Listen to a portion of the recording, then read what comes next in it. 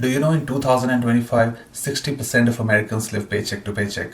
That's right, more than half of us are just one unexpected expense away from financial chaos. And here is another shocker. People in their 20s have an average credit card debt of $5,000, and people in their 30s have an average of $9,000 as a credit card debt. And I totally understand, life is hard. Wages are not increasing as much as expenses, and if you live in tier 1 cities, expenses are skyrocketing. Everything is getting expensive, whether it's rent, utilities, mortgage, interest rate, almost everything. And what happens when the payday hits? The balance keeps decreasing day by day, and by mid of the month, you're already on the survival mode and you are already waiting for the next payday. In this video, I am going to dive deeper into real actionable steps that you can take to better manage your finances, steps that I took to better manage my finances, and I will share with you, and you let me know in the comments below if you disagree or if you think differently. I would love to hear from you, and trust me, I am at your service. If you have any question, please feel free to go and put in the comments below. And if you have watched this video till now, please hit like and subscribe to this channel. It really helps for the YouTube algorithm. Now going back to business. A lot of people say pay yourself first, but I have a different thinking about paying yourself first. If you have no credit card debt and if you are financially free, then in that case, I would tell you to pay yourself first. Go contribute as much as you can in your 401k, in your Roth IRA, in your investment. Put auto deduction and make sure that you continue your rich life. You can pay yourself first if you have employer contribution in your 401k, and that you can consider it as paying yourself first because your money is directly going from your paycheck into your investment for future. But if you are struggling, if you are having trouble managing your finances, then hear me out. I would not tell you without knowing your situation if you should pay yourself first or not. I have broke down this payday routine into 6 steps. And number 1 is assess your financial health. What I mean by that, you will write it down. How much is your income and what amount of expenses you have.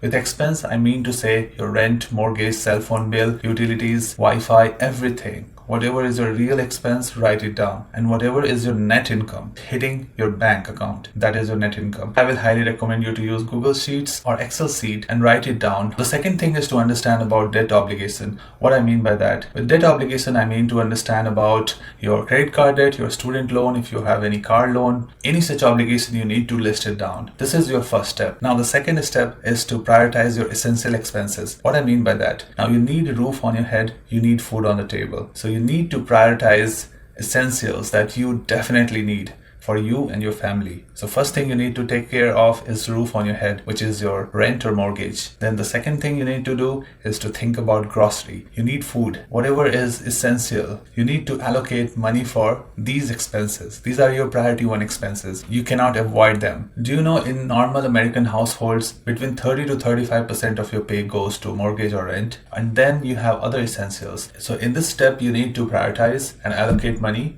I am not talking about DoorDash, I'm not talking about Uber Eats, I'm talking about real grocery that you definitely need and your family need, and then your rent, utilities. If you don't pay these, you can get evicted, you can get your credit score drained, that you cannot get another house, and that will destroy your financial future. So don't do that. Always prioritize your basics. These are the fundamental expenses that you need to pay on time. Now the third step is to strengthen your savings and investment. Now you need to understand that life happens. People can get in trouble, people can get laid off, things can happen. So just for the rainy day, you need to have at least 3 months of your operational cost. What I mean by that, whatever is your rent, utilities and minimum bills that you're paying, make sure that you have for 3 months, that you can be afloat, you can survive, light can keep on. You need to have this amount of money in your emergency fund. And if you don't have, then start with $2,000. Make sure that you save up to $2,000 and keep growing it till you have at least for 3 months for you and your family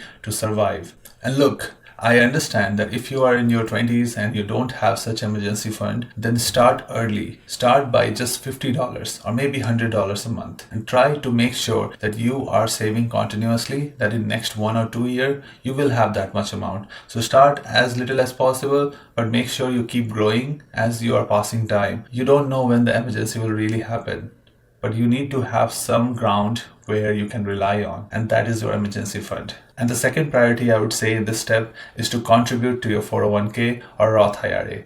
Why I say that? If you have employer match, just make sure that you match the employer's contribution. It's like free money, For example, my employer matches 6% of my contribution by 100%. So if suppose I contribute $100, my company will contribute $100 up to a certain limit, let's say 4,000 in a year. I match that and they contribute exactly same amount. And if I don't match, they will not contribute. So it's like a free money, take it or leave it. So I would suggest you to go ahead and at least contribute something in your retirement account, because you need to understand that compounding works only when you start early. Start early and make sure that you're contributing continuously for a rich life. And if you don't have employer contribution, I would highly encourage you to open a Roth IRA account and start putting maybe $50 to $100 per month and start there. And as you grow, you will continue to grow your money, because compounding only works if you start early and you continuously invest for a long time. For example, if you are in your 20s and you continuously keep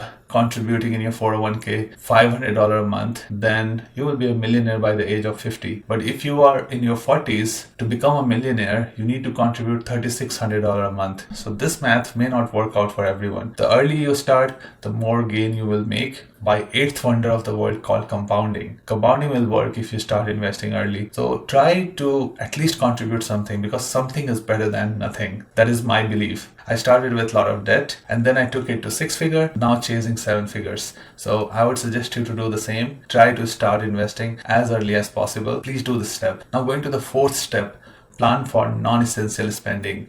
What I mean by that, if you are planning to buy a house in next 2 years, or if you want to have a child or buy a car, for down payment, you can start saving now. Just start with literally $50 a month. It's not a lot, but it will help you grow that money over time, and you will have money to utilize it in your mortgage, in your down payment, or in expenses. I understand you may not have that much money, but contributing maybe $50 to $100 a month doesn't sound bad, does it?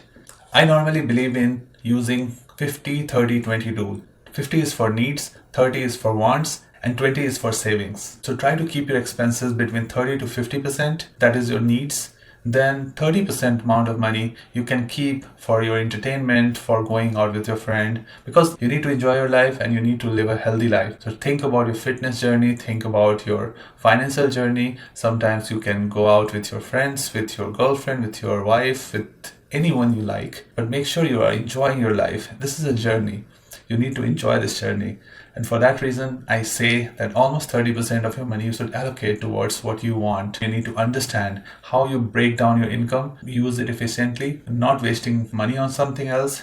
It's going to help you in the long run. Now, the fifth step, we have understood what are our expenses, what are our income, where we should put money on. Now, I want you to automate everything. Automate your financial transactions. Make sure your rent and your mortgage is auto-deducted from your account. Your taxes, you need to do it on time. Every bill is auto-deducted, at least for the minimum amount. For example, if you have credit card and you have credit card debt, make sure that you have the minimum amount set up so that you maintain a healthy credit score and you don't get in the trap of, oh, I forgot this time to pay my utilities.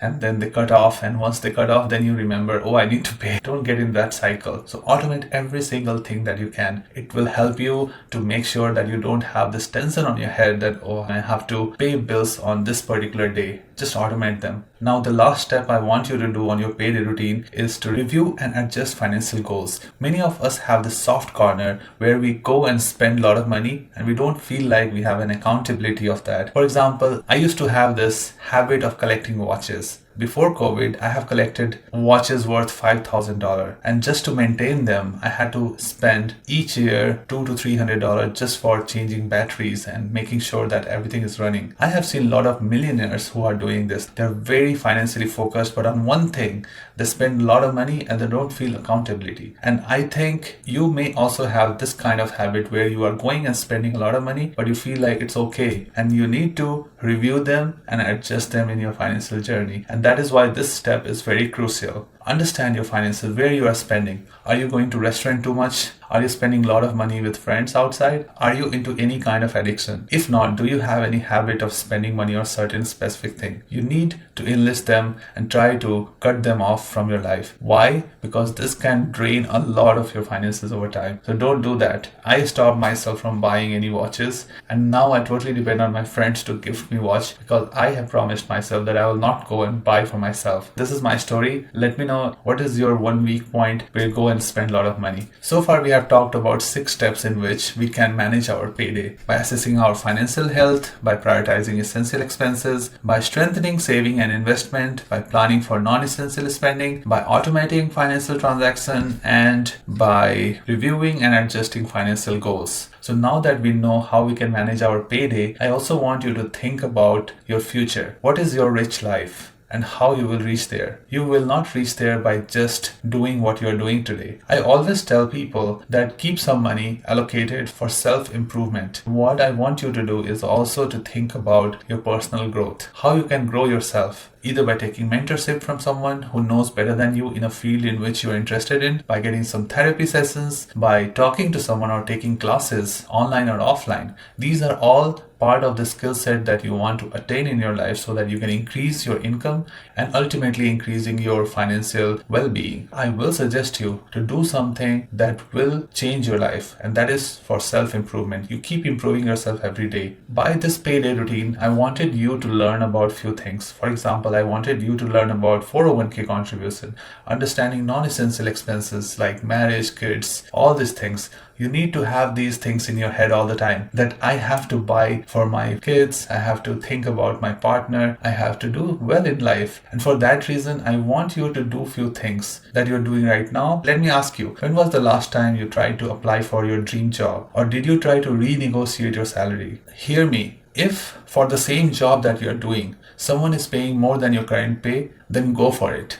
Try to reach out to people, try to network, try to apply everywhere you can that can improve your well-being financially. Would be a great win-win situation for you. I know a lot of people who stayed in one company forever and their salary didn't get appreciated over time, and just for stability they stayed in one company. But trust me, stability is there when you are giving them the output they expect from you. So there is no any corporate loyalty. You will get fired the next day, they don't need you. Companies don't value loyalty. So if you are someone who thinks that I stay in one company forever and that will pay my bills, trust me, you are missing out on a lot of things. Whatever is your field of work, try to reach out to other companies and get enlisting about what is their pay, what are the benefits they are providing. And just by not doing anything other than applying to your new job, with the skill set you already have, you can increase your income till you reach your financial goal.